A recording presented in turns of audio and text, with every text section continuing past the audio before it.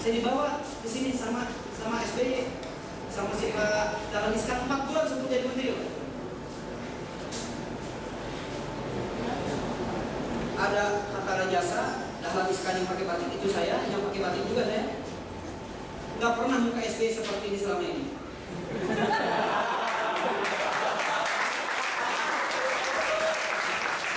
Yang luar biasa lagi ini, lihat, salaman sampai seperti ini. Kata Pak SBY, saya nggak pernah salaman dengan pejabat apapun seperti ini. Saya bilang, apa yang harus saya lakukan? Teruskan dia. Apa yang bisa saya bantu? Cuma kurang ajarnya apa? Dikasih salaman spesial sama Pak SBY, muka saya melihat tuh hari mulu.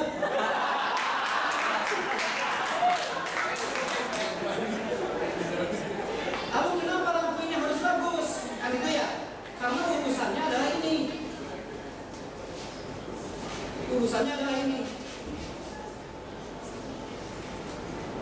Bayangin saja, 1000 watt saja bisa menghemat sama dengan tidak membakar batu bara setengah kilo per jam. 1000 watt, apalagi yang dihemat bermega-megawatt. Pengaruhnya apa? Selain daripada batu bara yang hemat, CO2 yang keluar berupa gas yang bisa menghancurkan bumi ini bisa teredam. Sehingga dengan mengganti lampu ini sama dengan memperpanjang usia bumi dengan pemanasan global ini, global warming. Yang paling luar biasa ini, seluruh lampu yang ada di KPI ini, saya bilang, tahun 2012 di Malaysia sudah tidak menggunakan lampu ini. Benar itu konkret itu. 1 sendok merkuri mencemari 20 hektar danau dan tidak bisa direkapri supply ke sumber hidup. Saya sudah tahu. Dan kalau ganti punya saya, 70% bayar listrik yang jadi lebih murah.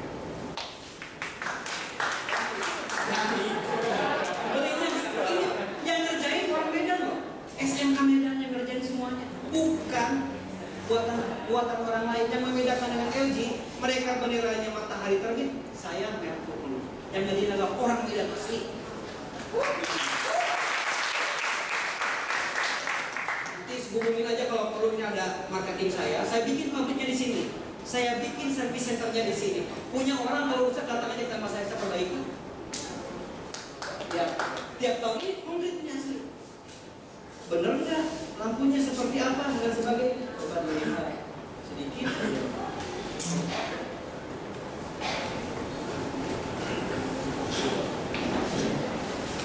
Ini udah buat lokal nih. Kalau kalian ke Malaysia ada Petronas. Menara Kembar Petronas, lantai 86 lampunya punya saya. Sehingga saya bikin kilang atau pabrik Jalan Damansara. Di Hong Kong saya punya, di Kuala Lumpur.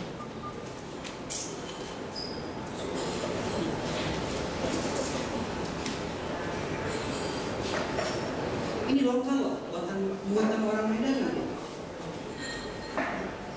Ini berapa watt nih? Ini bukan sulap. Kalian ada distributor, ini lagi mencari distributor. Marketnya luar biasa. Hotel ganti. Kalau datang ke Bandung, hotel per hektar ganti. Hyatt ganti, itu lampu saya semua. BSM ganti yang sekarang Trans Studio itu ya, itu ganti lampu saya. Berapa watt nih? 38,2. Oke? Punya saya. Nggak perlu lampu. Punya saya nggak perlu, copotin aja lampunya. Oke? Ini punya saya nih. Berapa watt?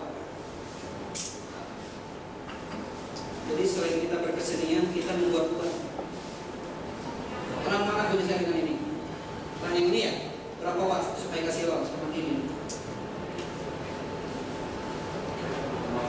Berapa? 6,1 watt. Gila? 6,1 watt. Yang ini dikerjakan oleh industri kecil satu tukang buat di sana kalian. Yang ini dikerjakan oleh yang satunya lagi. Yang ini semuanya dikerjakan oleh, semuanya tinggal assembling seperti Tamiya. Kalaupun mati, yang nggak perlu dibuang, gantilah LP-nya satu cuma 3.000 rupiah. Sudah usia 10 tahun ganti 3.000. Jadi seumur umur nggak perlu ganti lampu kalau punya kafe ini nanti.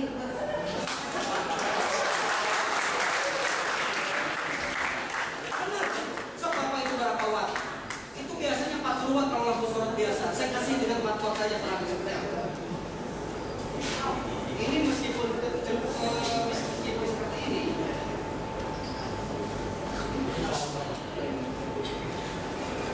Ini nih 4 watt. Itu lampu sorot itu berapa watt? 4 watt. 4 watt.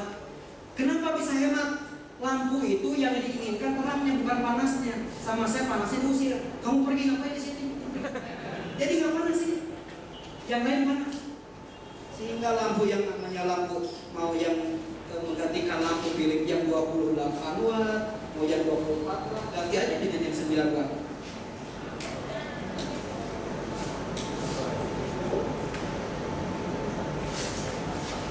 Ini berapa watt? 9. Nanti total Pak. Dan sekalian jadi distributor. Oke? Harga sama. Harga semua se-Indonesia sama. Karena saya harus tahu harga orang lain seperti apa. Tapi Bapak dapat cuan dari saya jelas. Oke enggak?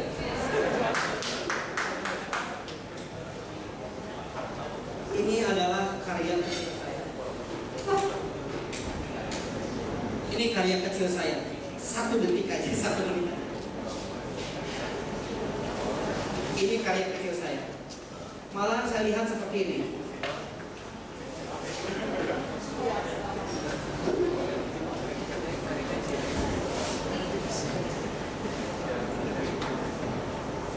Gelas-gelas ini warnanya putih biasa Pak. Saya pikir kemarin saya ekspor ke Arab Saudi untuk oleh-oleh haji. Produknya seperti ini. Tanpa luntur mau dicuci mau apa. Tidak ada yang bisa membuat seperti ini, jarang. Kenapa? Karena ini handmade, sangat handmade sekali.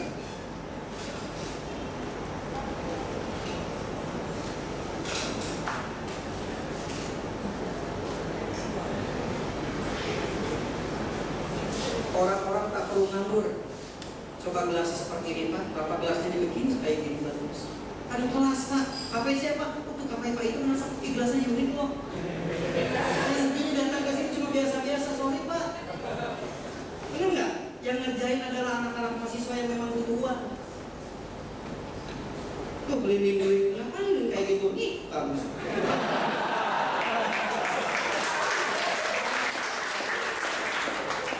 Ke siapa belinya? Kita bikin pelatihannya di sini sama saya diajarin. Jangan beli ke saya udah nggak butuh uang. Oke, lihat.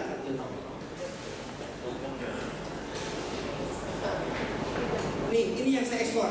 Ini yang saya ekspor kemarin ke Arab Saudi untuk oleh-oleh haji. Kebayang nggak? Mereka pada pulang haji belanja di sana ternyata buatan orang Indonesia. Dari cerita semuanya ini, kadang-kadang saya suka diketawain sama teman-teman saya. Yang kamu ngapain bulan pulang negeri, kenapa dari sekian dan sebagainya. Produk kamu tidak ada yang berteknologi tinggi. Semuanya sangat ecek-ecek. Saya bikin dari singkong menjadi minyak, menjadi bensin. Dari semua saya bikin hal-hal yang kayak gitu, bikin bioetanol, bikin sesuatu yang memang sangat sederhana, tapi buat saya bisa mengubah peradaban. Paling penting itu, tidak perlu kita high tech dan sebagainya, kuliah di luar negeri dan sebagainya, apalagi nggak mau datang ke Indonesia lagi. Dia nyalinya kecil sekarang, dia hanya memikirkan diri sendiri. Datanglah ke sini untuk menjual solusi. Zaman dulu di Indonesia, di dunia itu adalah tidak boleh pakai rata, jangan Copernicus. Tidak boleh kalian melaut dari sini, dari Eropa ke Afrika Selatan itu lewat jalur sini, harus jalur sini. Kenapa? Karena dunia itu adalah rata, nanti banyak hantu berlaut.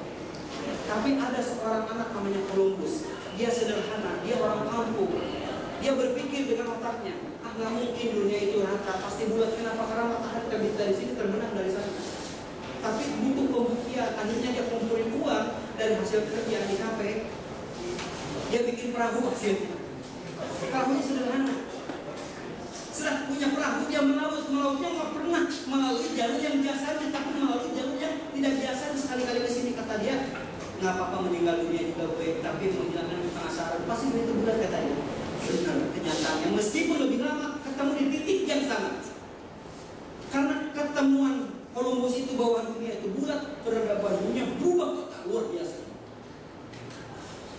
Daerah yang masih miskin, daerah yang masih sangat terbelakang, terinfeksi oleh daerah maju. Perdagangan tidak ada yang takut, karena peradaban dunia sudah begitu berubah karena Columbus. Columbus dirayakan 7 hari 7 malam oleh rajanya. Ada Dewi Persik, betul, ada Ayu Ting Ting. Semua 7 hari 7 malam, ada slang dan sebagainya. Ketika dirayakan seperti itu, ada 7 orang pelaut di situ yang sudah ulung yang tiap hari adalah suka melaut. Dia bilang, apa ini Columbus baru juga penemuan sekali dan baru juga melaut segitu, udah dirayakan 7 hari 7 malam. Gua kan udah pakarnya masalah melaut. Dia kan anak Yesere Afternoon kemarin sore masuk. Anak Yesere Afternoon kata dia. Si Columbus udah jangan ngomongin orang aja. Lebih baik kita bikin teka-teki debat telur. Sok siapa yang bisa mendirikan telur ini? Kata dia nih sama saya, kata orang yang bertato jatuh. Yang satu lagi berkumis jatuh lagi. Pokoknya 7 pelaut ulung itu semuanya mencoba dan semuanya gagal. Dia bilang Columbus kalau dikasih teka-teki harus ada jawaban. Kata Columbus ada nih. Lalu diambil si telurnya, sedikit ditek-tek digituin ya, akhirnya bisa berdiri. Semua orang bilang Columbus, kalau begitu mah saya juga bisa dong. Columbus, gila kamu mah. Columbus hanya tersenyum sambil bergaul. Itulah Columbus, itulah Ujang Koswara. Assalamualaikum warahmatullahi wabarakatuh.